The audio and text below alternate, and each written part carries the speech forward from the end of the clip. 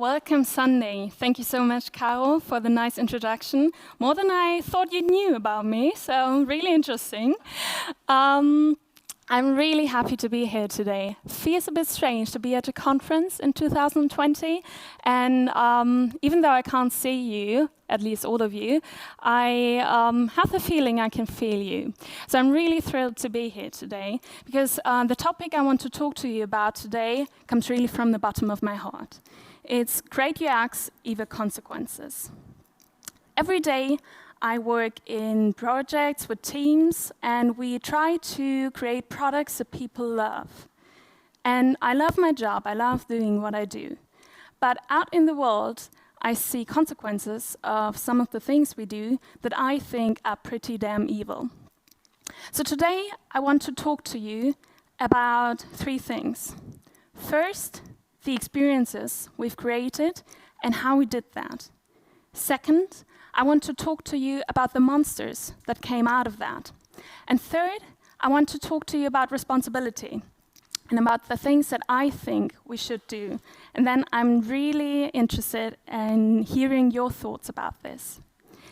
So let's jump in. The experiences we've created.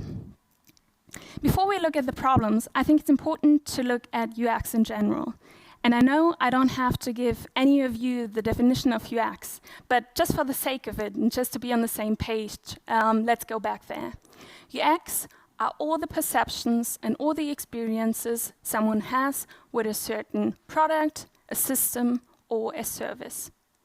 And great UX is when the expectations someone has towards that experience are being met or even succeeded.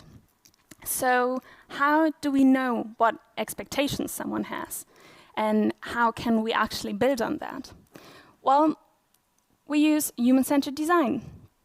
We put humans at the center of all our considerations, and we study them. We ask them questions, we observe them, and we listen to them. And then we build on what we've learned. And we do that using psychology. Like the Fogg behavior model by J.B. Fogg, who teaches at the Stanford Behavior Design Lab. So we know what people need. We know psychology. And then we intentionally trigger the reward system to make them feel good. And when we do our job well, this is exactly what happens. Great UX makes us feel good. Great UX even releases dopamine. And great UX makes people build relationships to our products, with our products. So that's pretty fascinating, isn't it? We should be proud of ourselves, shouldn't we? Well, obviously, I disagree. Otherwise, I wouldn't be standing here in front of you today. So what is the problem with that? When we create UX, we're not just focusing on user needs. As you know, UX is being created at the intersection of user needs, tech feasibility, and business goals. And these business goals mostly focus on one really specific thing, and that is attention. Because in our economy, attention is the currency number 1. People don't pay for digital products with money, they pay with their attention. And that leads to us, the UX teams, being confronted with really, really clear KPIs, like increase the download rates, increase retention rates, increase engagement rates, or increase the conversion rates or the NPS. And what we do is we come back to psychology to find out how we can get people hooked in our interfaces. The business model is pretty simple. Get people on the products and keep them engaged. Netflix goes even one step further and claims sleep to be the biggest competition. So how can we get rid of sleep? Well, considering all this, I think it's still great to build products people love and feel good about. So on the one hand, we have great interaction design. People will feel good about our products. They love the smart micro interactions that make their life easier. And they just are amazed by how well the product seems to understand them and their needs. On the other hand, we have evil dark patterns. And they might not be dark by intention, but they become dark because it's a thin line between engagement and manipulation, between great products and products that potentially harm people. And this thin line becomes an ethical challenge. Hila Jonathan describes this ethical challenge as the line of making seemingly motiveless decisions that serve the interests of the system over the interests of the user. Meaning, when our well-known Venn diagram looks a bit like this.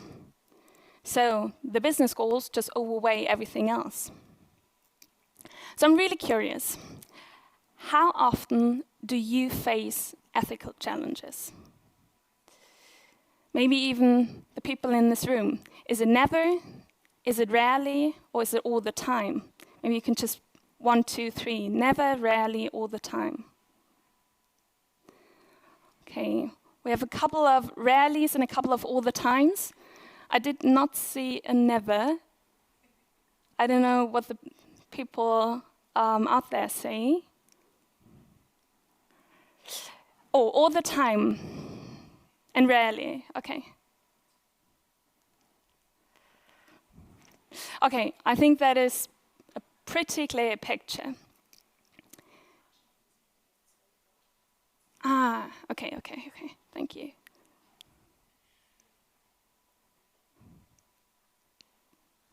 Okay, 23, 25. So it's a mixture of rarely, all the time, and some never. Lucky you.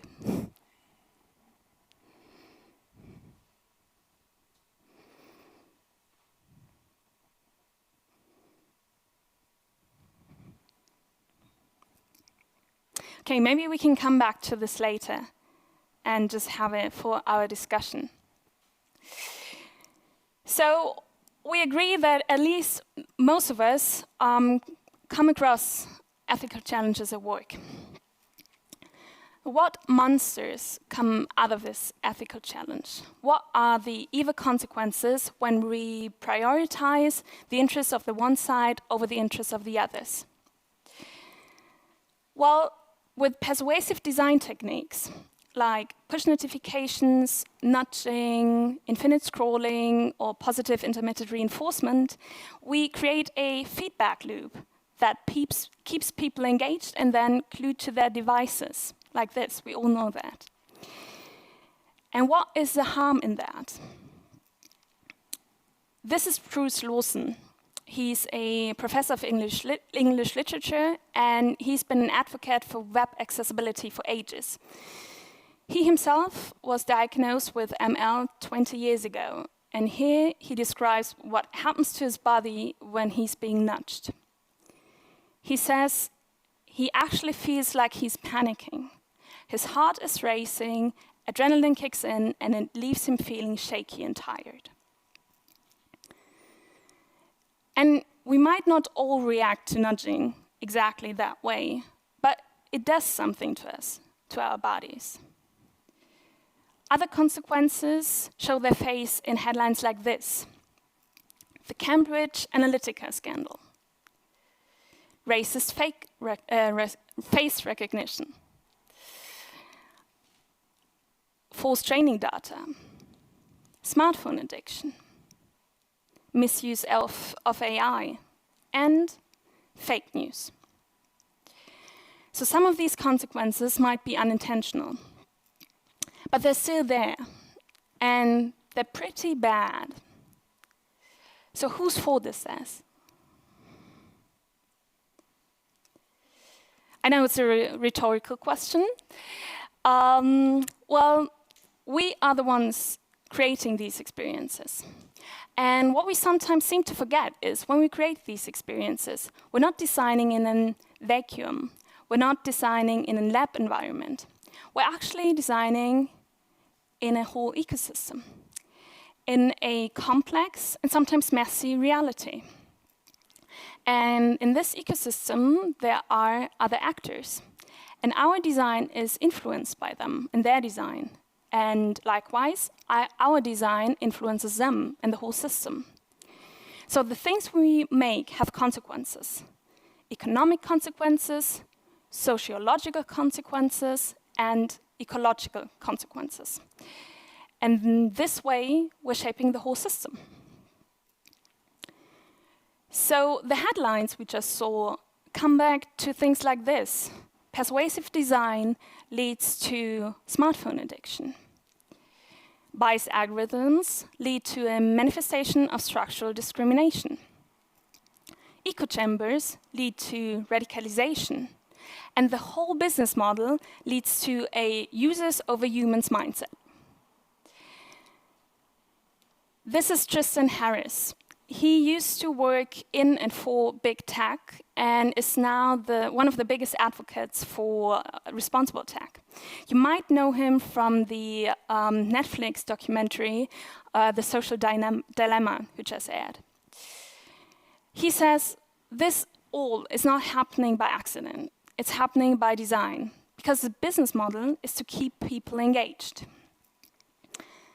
So when we look at that, some of the consequences, persuasive design, biased algorithms, echo chambers, and the whole users of a human's mindset, we can basically say that we're putting individuals' mental health, our society's diversity and inclusion, and our whole democracy at risk by design. And Mike Monteiro, who just published the book Ruined by Design, says that even though sometimes we feel like the world is broken, especially in 2020, the world isn't broken. It's working exactly as it was designed to work. And we're the ones who designed it. So we fucked up. So this answers the question, whose fault is it, at least from my point of view. But I'm really curious, do you think we fucked up? Is it hell yeah, no, not at all, or I don't want to admit it, but maybe?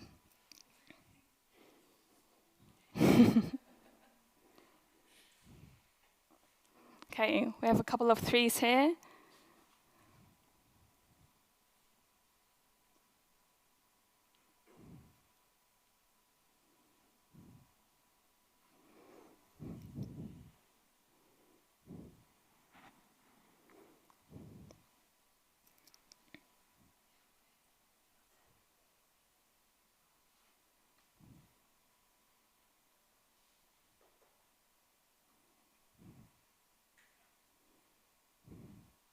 Okay, I think it's a bit similar to before.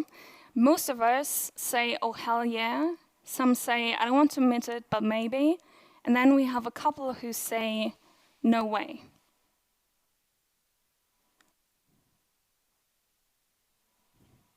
So we can agree, at least the majority of us, that we have at least some fault about this. Okay, maybe let's jump back. Perfect. So when we agree on that, there is responsibility and something that we have to do. But what do we do when we fucked up? Well, there are different things we can do and different approaches to that. And I don't know if you know this guy here. His name is Nir Eyal. And if you know him, you probably know him from his book that he published in 2014, Hooked. How to build habit-forming products. Or the German subtitle that I like even better is Wie Sie Produkte erschaffen, die süchtig machen. And it was claimed to be a must-read for everyone who cares about driving customer engagement. So this is basically persuasive design in a nutshell. Last year, Nir published another book for a different audience, the users. And he called it Indistractable. So basically, he says, yes, we're screwing with your mind and we're using techniques to make you addicted and to manipulate you. But here's how you can take back control over your attention in your life. Thank you, Neo. That's cool. Here's Mike again with a different take on it. He says, maybe. Let's be an asshole to society wasn't part of your original business plan. But once you realize that, you definitely need to do something about it. And I think it leaves us in the industry with different options what we can do. So we could either walk away and become yoga teachers, just do yoga all day long. That would be nice, wouldn't it? Or take our tools out of the dirty business and put it to something good, like working for an NGO.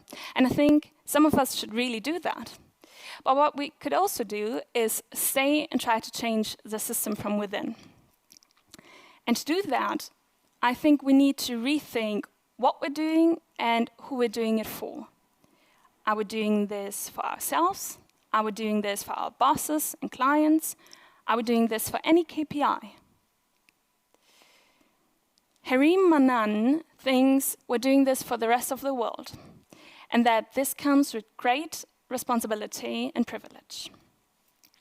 So when we agree on that we're doing this for the rest of the world, I think it's important to realize one thing.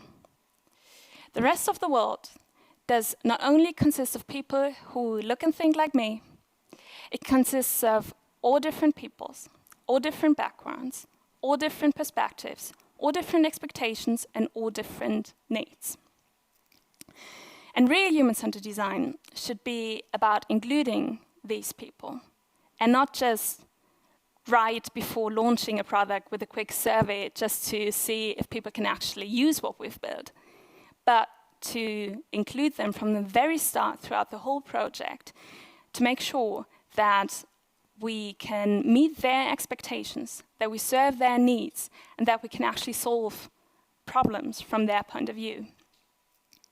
A friend of mine, Joe Toscano, used to work for big tech as well, left, wrote a book, and just appeared on the Netflix documentary as well.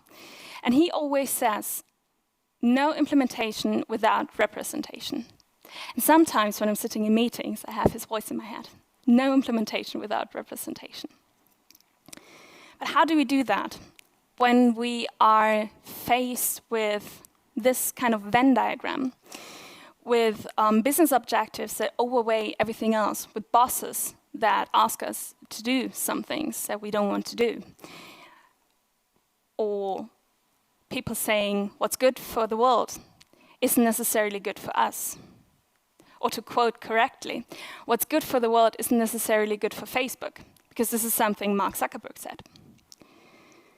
Well, we could look at other professions that shape our industry, our system, like doctors, teachers, and lawyers.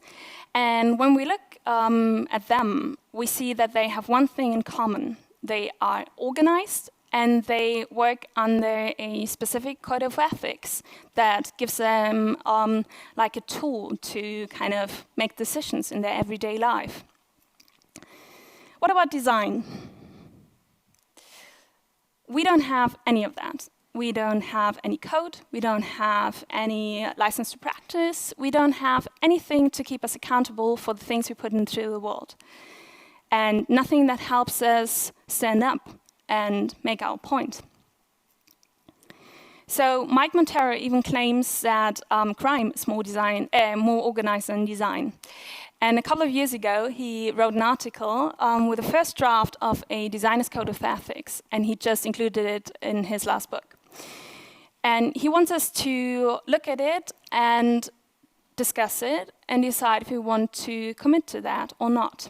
So I thought I'd bring it to you. Mike says a designer is first and foremost a human being, which means that we are part of a social contract. There are certain things that we can and certain things that we can't do in order not to harm other people. A designer is also responsible for the work they put into the world.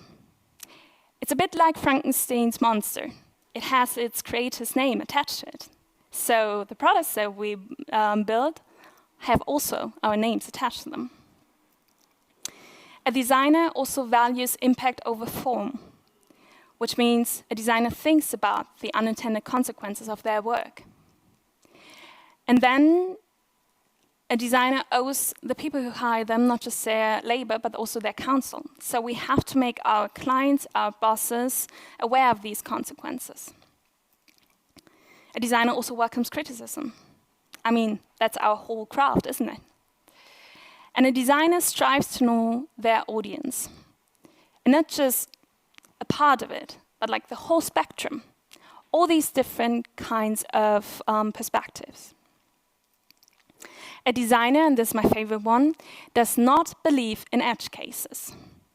Because when you think about it, 1% of a user base is easily considered in an edge case. So when you roll out a feature, you might say, it's just 1%. It's all right if they can't use it. It's all right if maybe they are being excluded, or maybe it's even all right to harm them. But let's look back to Facebook. Facebook claims to have 2 billion users. 1% of 2 billion is 20 million. So it's 20 million edge cases. These people aren't edge cases, they're human beings, and they're being excluded and potentially harmed by Facebook. A designer is also part of a professional community, just like us here, like even in this room and outside. And this community better be diverse and competitive, because then we can have healthy debates and exchange different points of view. And lastly, a designer takes time for self-reflection, because creating things that are unethical, this is something that doesn't really happen overnight. It's a slippery slope. And one day, maybe we wake up and say, oh shit, how did we get here? How did we fuck up? So I'm curious, do you think a code of ethics is the way to go to kind of take responsibility and solve this mess? Do you think it's just words? Yes, it's a tool we can work with, or you have no idea?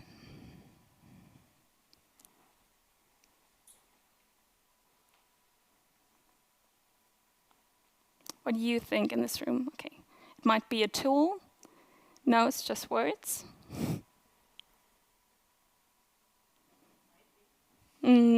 It's definitely words. So.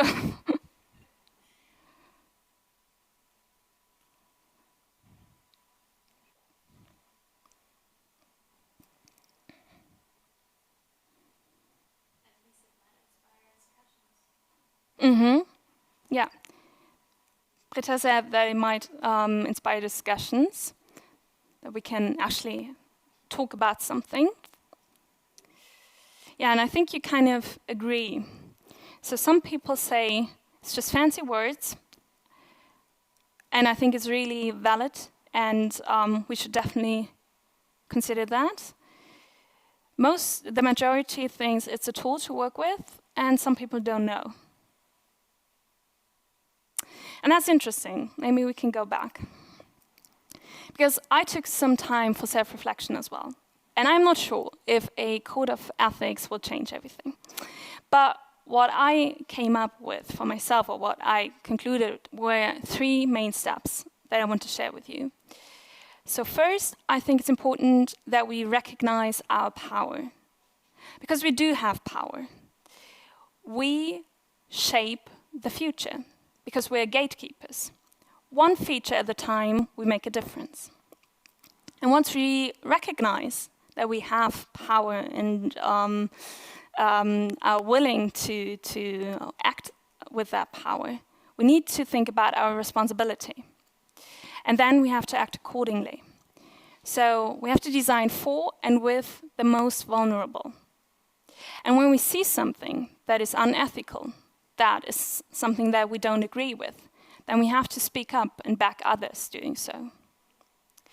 And to do that, we can actually use the most important design skill that we all have. It's staying curious and asking why, and then questioning things and potentially saying no to them. Or, to put it in other words, let's SUNDAE. Let's serve user needs and deliver awesome experiences from their point of view. If you are interested in the topic, I can recommend these books. And now I'm really curious on your thoughts about this. Thank you.